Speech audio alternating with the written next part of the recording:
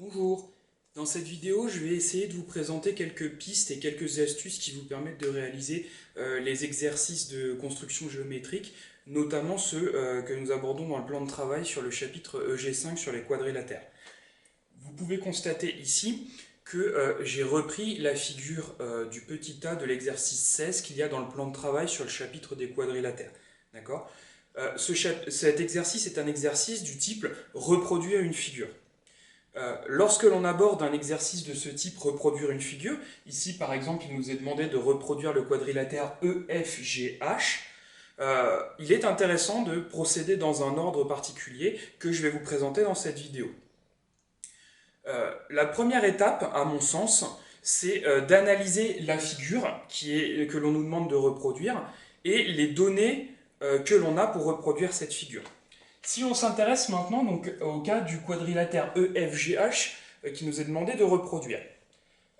Déjà, on peut constater que FGH est bien un quadrilatère puisqu'il possède bien 4 côtés qui sont bien tous des segments, donc c'est bien une ligne brisée fermée, un polygone, et il a bien 4 côtés, donc c'est bien un quadrilatère. Qu'est-ce que l'on connaît sur ce quadrilatère EFGH? On a une première donnée qui est le codage de la figure. Le codage de la figure nous dit, d'une part ici, grâce aux 4 petits traits que je viens de repasser en rouge, que les 4 côtés de ce quadrilatère sont de même longueur. Alors à ce stade, on a déjà une grosse information sur le quadrilatère EFGH, puisque parmi les quadrilatères, lesquels sont ceux qui ont 4 côtés de même longueur, nous l'avons vu dans la série de vidéos sur la classification des quadrilatères, EFGH a 4 côtés de même longueur, c'est donc un losange. Voilà pour la première donnée que l'on a dans ce quadrilatère EFGH. On sait que FGH est un losange.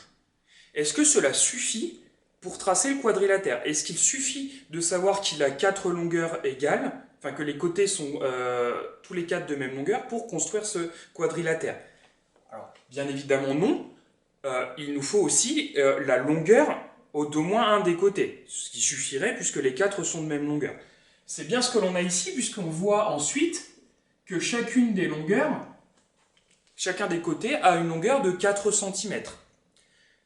Alors maintenant, est-ce que le fait que EFGH soit un losange dont tous les côtés ont une longueur de 4 cm suffit pour tracer ce losange?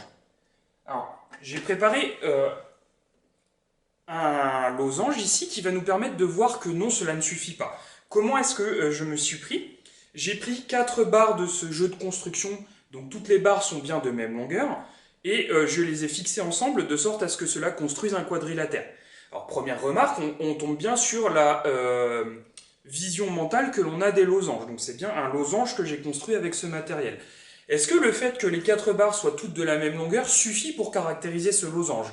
Eh bien non, puisque vous voyez que je peux varier la forme de ce losange sans pour autant varier les longueurs des côtés. C'est-à-dire que ce losange dont les 4 côtés sont de même longueur, on pourrait les mesurer, mais on voit bien que de toute façon ces longueurs sont déterminées par la longueur des barres que j'ai utilisées. Et pourtant, j'ai une infinité de losanges, donc de formes différentes possibles pour ce quadrilatère, dont pourtant les 4 côtés sont bien de la même longueur. D'accord? Donc qu'est-ce qu'il me faudrait pour pouvoir caractériser complètement ce losange? Eh bien, si je fixe un seul des angles de ce losange, par exemple cet angle-là, donc je le maintiens, je vois qu'il ne peut plus varier, ben je ne peux plus varier la forme de mon losange est complètement caractérisé si je connais la longueur des 4 côtés et au moins un des angles. Alors, est-ce que c'est le cas ici? Alors oui, puisque la dernière donnée de cet exercice que nous n'avons pas traité, c'est le fait que l'on connaît l'angle en H qui mesure 63 degrés. Donc j'ai bien un losange dont je connais la longueur des côtés et dont je connais au moins un angle, mon losange est parfaitement déterminé. Donc, je sais maintenant que ce que l'on veut construire, c'est un quadrilatère EFGH qui est un losange dont les côtés sont de 4 cm de longueur et dont je connais l'angle en H qui mesure 63 degrés. Je vais donc pouvoir construire mon losange puisque j'ai tout ce qu'il faut pour qu'il soit entièrement déterminé. La deuxième question qu'il faut se poser pour construire cet quadrilatère, c'est dans quel ordre réaliser ces étapes-là. D'accord ? Puisque je pourrais être tenté de me dire, je vais construire, par exemple, les 4 côtés de 4 cm de longueur. Mais là, je vais avoir un problème, puisque à partir du moment où je vais avoir tracé un premier côté, va se poser la question de comment je vais placer les autres côtés. Puisque si je prends ce côté-là comme premier côté par exemple, le deuxième n'est pas positionné n'importe comment, il est positionné avec un angle de 63 degrés par rapport au premier. Donc on voit bien à partir de là que je vais être obligé de commencer autour de cet angle en H de 63 degrés. Par exemple, construire d'abord le segment HG de 4 cm de longueur, puis tracer l'angle en H de 63 degrés qui va me donner une demi-droite HE. Et sur cette demi-droite, je vais prendre une longueur de 4 cm pour positionner mon point E. À ce stade, j'aurai déjà la première moitié de mon quadrilatère, à savoir le morceau EH-HG avec l'angle de 63 degrés en H. À partir de là, comment est-ce que je vais faire pour placer le point F de sorte à ce que j'ai bien construit le quadrilatère, le losange qui nous est intéressant ici? Eh bien, on va s'intéresser pour ça au triangle qui nous manque ici, puisque construire le point F, sachant que le point E et le point G sont déjà placés sur ma figure, ça va revenir en fait à construire un triangle EFG. D'accord? La longueur du côté EG, nous n'avons pas besoin de la mesurer, puisque le fait que E et G soient déjà placés sur la figure a déjà déterminé mon segment EG. Je n'ai pas besoin de connaître sa longueur pour construire le triangle. Par contre, nous l'avons vu dans le chapitre sur les triangles, si je veux construire le triangle EFG, il me faut 3 informations.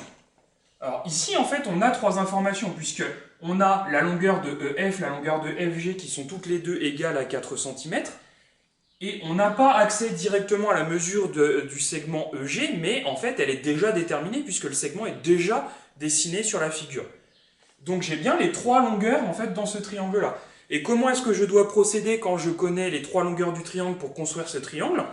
Eh bien, je trace un premier segment. Ici, en fait, c'est déjà fait, puisque E et G, encore une fois, sont déjà sur la figure.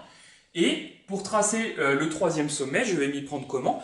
Ben, je vais reporter les 2 longueurs de 4 cm avec mon compas, en partant du point E et en partant du point G, ce qui va me donner 2 arcs de cercle à 4 cm de E et à 4 cm de G, et l'intersection de ces 2 arcs de cercle sera mon point F. On a bien donc ici les différentes étapes de notre construction que l'on a identifiées. Donc nous avons donc bien les 5 étapes de la construction que l'on doit réaliser dans cette question pour pouvoir reproduire notre losange EFGH, à savoir commencer par tracer le segment GH de longueur 4 cm, puis construire l'angle en H de 63 degrés, ce qui nous donnera la demi-droite HE. Sur cette demi-droite HE, je vais placer le point E à 4 cm du point H. Puis, je vais construire le point F qu'il me manque comme intersection de 2 arcs de cercle. Et ces arcs de cercle seront construits comme étant de rayon 4 cm et de centre le point E d'une part et le point G d'autre part, ce qui nous donnera bien le point F à l'intersection de ces 2 arcs de cercle. Et je terminerai par tracer les segments qu'il me manquent, à savoir le segment EF et le segment FG. J'aurai alors terminé l'exercice. Nous allons donc à présent réaliser cette construction ensemble pour terminer l'exercice. Donc pour cette construction, nous avons besoin d'une règle graduée d'une part pour tracer les segments, les demi-droites et mesurer les longueurs des côtés. Nous aurons besoin du rapporteur pour construire l'angle en H de 63 degrés. Et nous aurons besoin du compas pour tracer les arcs de cercle qui vont nous permettre de placer le point E et le point F. Première étape, nous l'avons dit tout à l'heure, nous allons construire le segment GH de longueur 4 cm. Donc j'ai bien construit le segment GH de longueur 4 cm. La deuxième étape, nous l'avons dit tout à l'heure, va être de construire l'angle en H de 63 degrés qui va nous donner la demi-droite HE comme deuxième côté de cette. Donc l'angle en H, nous avons dit qu'il devait mesurer 63 degrés. Mon 0 est bien ici, donc je prends les graduations intérieures, 63 degrés, je vais donc placer une coche ici. À partir de maintenant, je peux donc tracer la demi-droite HE, de sorte à ce que l'angle en H mesure bien 63 degrés. J'ai bien ma demi-droite HE, donc pour placer le point E sur cette demi-droite, il faut que maintenant je puisse le placer à 4 cm du point H. Je pourrais faire ça avec ma règle, mais puisque la longueur de 4 cm, j'ai déjà un segment qui a cette longueur-là, je vais pouvoir me contenter d'utiliser mon compas. Donc j'ai pris l'écartement de 4 cm avec mon compas, je peux donc maintenant placer mon... Il me reste à présent à faire les étapes 4 et 5 que nous avions identifiées tout à l'heure. Pour cela, j'ai gardé mon écartement de 4 cm avec le compas, puisque la quatrième étape va être de tracer les deux arcs de cercle de rayon 4 cm, avec pour centre le point E et le point G, puisque le point F est à l'intersection de ces deux arcs de cercle. J'ai bien tracé mes deux arcs de cercle, mon point F est donc à l'intersection de ces deux arcs de cercle, à savoir ici. Il ne me reste plus qu'à tracer le segment HF et le segment FG et cet exercice sera terminé. J'ai bien réussi à tracer mon quadrilatère EFGH dont les quatre côtés sont bien de longueur 4 cm par construction et dont l'angle en H est bien de 63 degrés. Cette question est terminée.